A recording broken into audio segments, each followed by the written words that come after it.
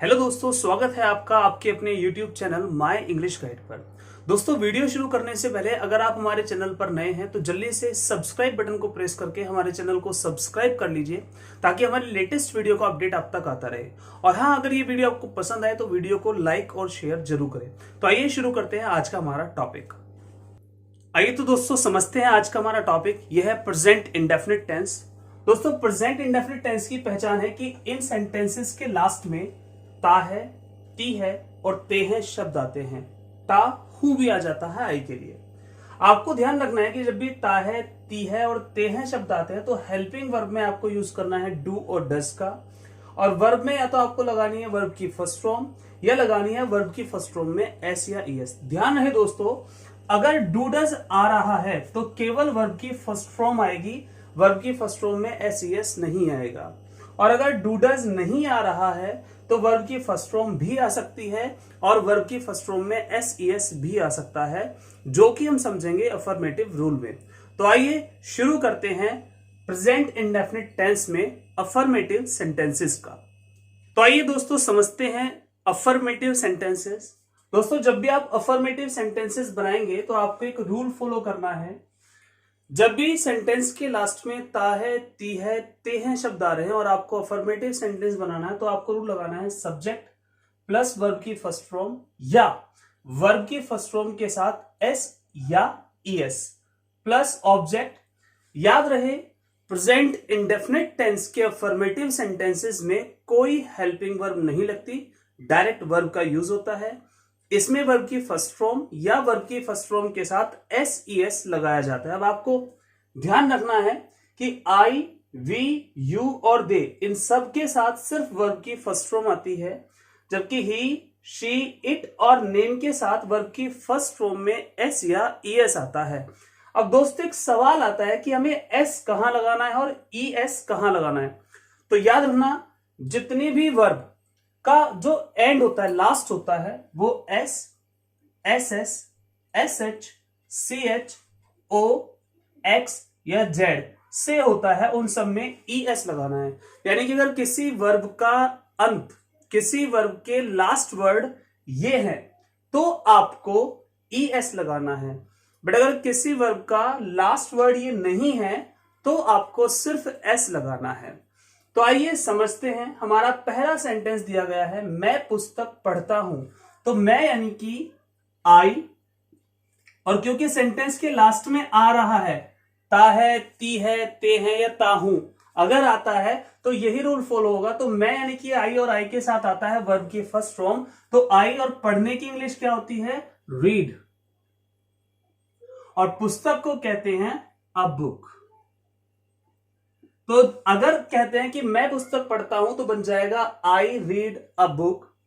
वहीं अगर आ रहा है कि वह दरवाजा खोलता है, वह यानी कि ही। अब क्योंकि खोलना इसके लास्ट में आ रहा है ता है, और जब भी ता है आता है तो प्रेजेंट इंडेफिनिट होता है। तो खोलता यानी कि ही के साथ वर्ब की फर्स्ट फॉर्म में एस या ईएस लगेगा। तो खोलने की इंग्लिश होती है ओपन। अब दोस्तों आप देखिए कि ओपन में जो लास्ट वर्ड है वो एन है, जो कि हमारी सीरीज में कहीं नहीं है, नहीं है ना। तो आपको यहां सिर्फ एस लगाना है, ई एस नहीं लगाना। बट अगर यहां लास्ट में इनमें से कोई कुछ भी होता तो आपको यहां लगाना था ई एस। तो ओपन्स द डोर।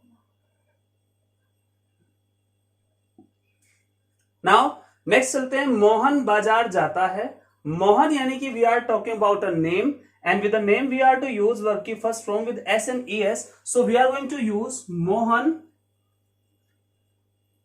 and क्योंकि लास्ट में ता है लिखा है तो आप लगाएंगे वर्ब की फर्स्ट फॉर्म में एस ई एस, तो गो बन जाएगा। और क्योंकि देखिए गो के लास्ट में जो आ रहा है वो है ओ, यहां भी ओ है और यहां भी हो गया। तो क्योंकि अगर किसी वर्ब का लास्ट वर्ड इनमें से कुछ भी है तो आपको क्या लगाना है? ई एस लगाना है। तो यहां बन जाएगा goes to the market. I hope दोस्तों ये बात आपको समझ में आ गई हो। कई बार हमारे कॉम्पिटिटिव एग्जाम में भी इस तरह के बहुत सारे क्वेश्चंस आते हैं, तो आपको ध्यान रखना है कि कहां एस लगाना है, कहां ईएस लगाना है। पहली बात हम समझ लिए, वर्ब की first form I we you और दे के साथ सिर्फ वर्ब की फर्स्ट फॉर्म लगेगी, उनमें एस ई एस नहीं लगाना है। बट ही, शी, इट और नेम के साथ वर्ब की फर्स्ट फॉर्म में एस और ई एस इन दोनों में से कोई एक लगाना है, और ई एस केवल तब लगाना है यदि वर्ब का लास्ट जो अक्षर है वो इनमें से कोई हो। S, S S, S H, C H, O, X, Z, अगर इनसे वर्ब का अंत हो रहा है तो आपको ईएस लगाना है, वरना आपको सिर्फ एस लगाना है। मैंने एग्जांपल दिया था, ओपन्स का जो लास्ट वर्ड है वो है एन, इसलिए एस लगाया है, जबकि गो में आता है लास्ट में ओ, क्योंकि ओ यहां पर एस लगाया है ईएस। आई होप दोस्तों आपको अफर्मेटिव सेंटेंसेस समझ में आ गए होंगे। तो आइए शुरू करते हैं नेगेटिव सेंटेंसेस। तो नेगेटिव सेंटेंसेस में आपको किस बात का ध्यान रखना है? पहली बात आपको ध्यान रखना है कि नेगेटिव सेंटेंसेस में डू और डज आ जाता है तो वर्ब की केवल फर्स्ट फॉर्म लगेगी, वर्ब की फर्स्ट फॉर्म में एस ई एस अब नहीं लगेगी। तो बात ये आती है कि अब वर्ब की फर्स्ट फॉर्म में एस और ई एस क्यों नहीं लगेगी? क्योंकि वर्ब की फर्स्ट फॉर्म में जो एस ई एस लगा है तो वो ऑलरेडी काउंट हो चुकी है, ई एस यहां आ चुका है, और क्योंकि डज का जो लास्ट है वो ओ से हो रहा है, इसलिए इसमें ई एस लगाया गया है। तो आइए नेगेटिव सेंटेंसेस को बनाना सीखते हैं। तो आपको ध्यान रखना है कि आई वी यू और दे के साथ आएगा do not, he, she, it और नेम के साथ आएगा डज नॉट, और वर्ब की फर्स्ट फॉर्म ही लगेगी, एस ई एस नहीं लगाएंगे। तो पहला सेंटेंस है, मैं झूठ नहीं बोलता हूं, यानी कि आई डू नॉट, और बोलना यानी कि tell a lie. I do not tell a lie, यानी कि मैं झूठ नहीं बोलता हूं। दूसरा दिया है, वह खाना नहीं पकाता है, फिर से ता है आ गया तो बन जाएगा ही, और ही के साथ आता है does not cook the food, क्योंकि पकाना, पकाने की इंग्लिश होती है कुक द फूड, तो बन जाता है he does not cook the food. Now अगर हम एक बात पर ध्यान दें तो देखिए यहां डज नॉट आया है और कुक आया है, कुक्स नहीं आया, क्योंकि ईएस ऑलरेडी काउंट हो चुका है, तो आपको वर्ब में ईएस लगाने की जरूरत नहीं है।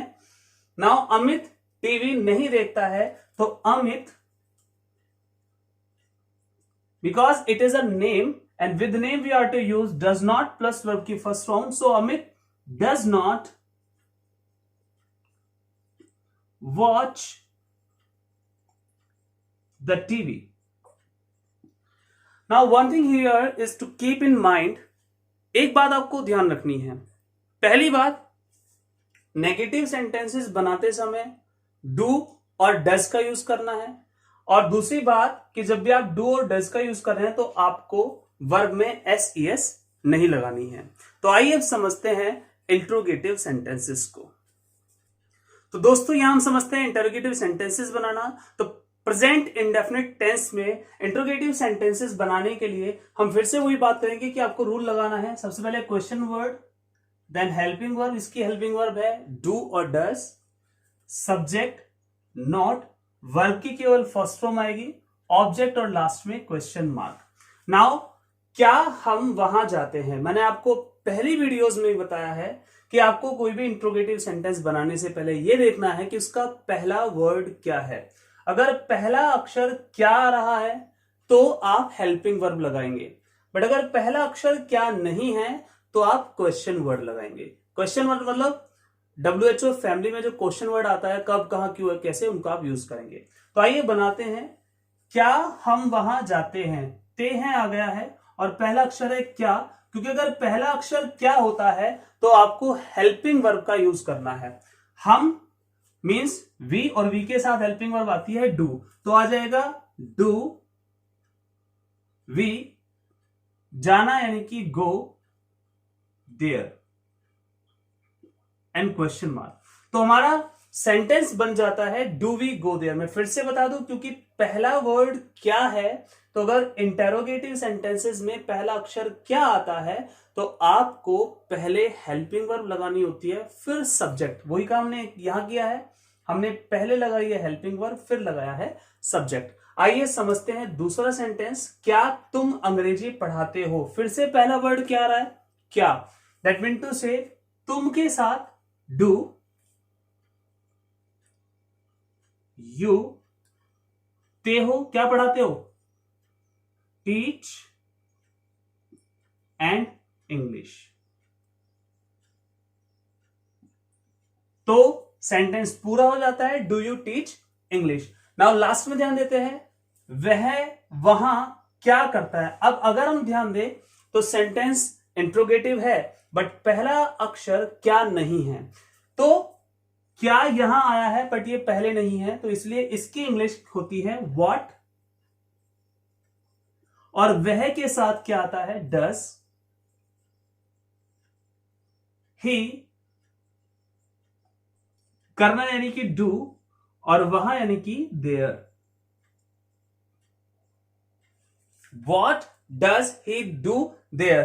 हमने यहां डज लगाया क्योंकि क्वेश्चन वर्ड के ठीक बाद हेल्पिंग वर्ब लगेगी, फिर सब्जेक्ट, वही काम हमने यहां कराया, तो बन जाता है what does he do their. और इस तरह से आप सारे इंटेरोगेटिव सेंटेंसेस को बना सकते हैं। अब दोस्तों एक और छोटा सा डाउट इस प्रेजेंट इंडेफिनिट टेंस में रहता है, मेनली उन वर्ब के साथ जिनके लास्ट में वाई आता है, कि वाई अगर आए तो हमें एस लगाना है, ईएस लगाना है, या क्या करना है। तो एक बार फाइनली उसको भी समझ लेते हैं कि अगर लास्ट में वाई आ रहा है तो हमें उसको कैसे चेंज करना है। आइए समझते हैं।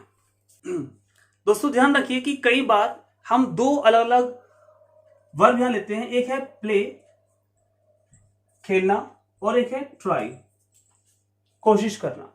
अब अगर मैं कहूं कि वह खेलता है या वह कोशिश करता है, तो हम इसको कैसे बनाएंगे। मैंने कहा वह खेलता है तो बन जाएगा ही प्लेज। अब प्ले में एस लगाना है, ईएस लगाना है, या क्या करना है, तो ध्यान दीजिए। अगर बनाना है वह खेलता है ही प्लेज, तो आपको ध्यान देना है कि जो वाई आ रहा है इससे पहला जो ये है, ये जो पहला अक्षर है, ये क्या है, पहला अक्षर क्या है देखना है आपको। अब देखिए अगर वाई से पहले वोवेल आ रहे हैं, ए ई आई ओ यू, 5 वॉवेल होते हैं इंग्लिश में, तो अगर वाई से पहले वॉवेल आ रहे हैं तो आपको सिर्फ एस लगाना होता है, तो ऐसे में बन जाता है प्लेज। यानी कि अगर आता है वह खेलता है तो बन जाएगा ही प्लेज। ऐसा इसलिए हुआ क्योंकि वाई से पहले वोवेल आ रहा है, वोवेल 5 होते हैं। मैं फिर से बताऊं कि वोवेल 5 होते हैं, ए ई आई ओ और यू। यानी कि अगर y से पहले इन पांचों में से कोई भी एक आ रहा है तो आपको सिर्फ s लगाना है, कुछ और नहीं। तो सही बन जाएगा वह खेलता है, यानी कि ही प्लेज। बट अगर मैं बात करता हूं नीचे, अगर मैं कहूं वह कोशिश करता है, तो ही ट्राइज ऐसे नहीं बनेगा। क्या करना है कि अगर y से पहले वॉवेल नहीं आ रहा है, यानी कि कॉन्सोनेंट आ रहा है, तो आपको y हटाकर y की जगह IES लगाना है। जैसे कि मैंने यहां दिया है कि अगर y से पहले कॉन्सोनेंट है तो आप y को हटा दीजिए और IES लगा दीजिए, तो यहां बन जाएगा ही ट्राई। y हटा देंगे तो बन जाएगा IES, तो ही ट्राइज। तो याद रहे अगर किसी वर्ब के लास्ट में वाई आ रहा है तो आपको कैसे उसको हैंडल करना है, यहां मैंने आपको बता दिया है। दोस्तों अगर ये वीडियो आपको पसंद आई हो तो प्लीज इसको लाइक और शेयर जरूर करें। आज की वीडियो में इतना ही। Thank you for watching.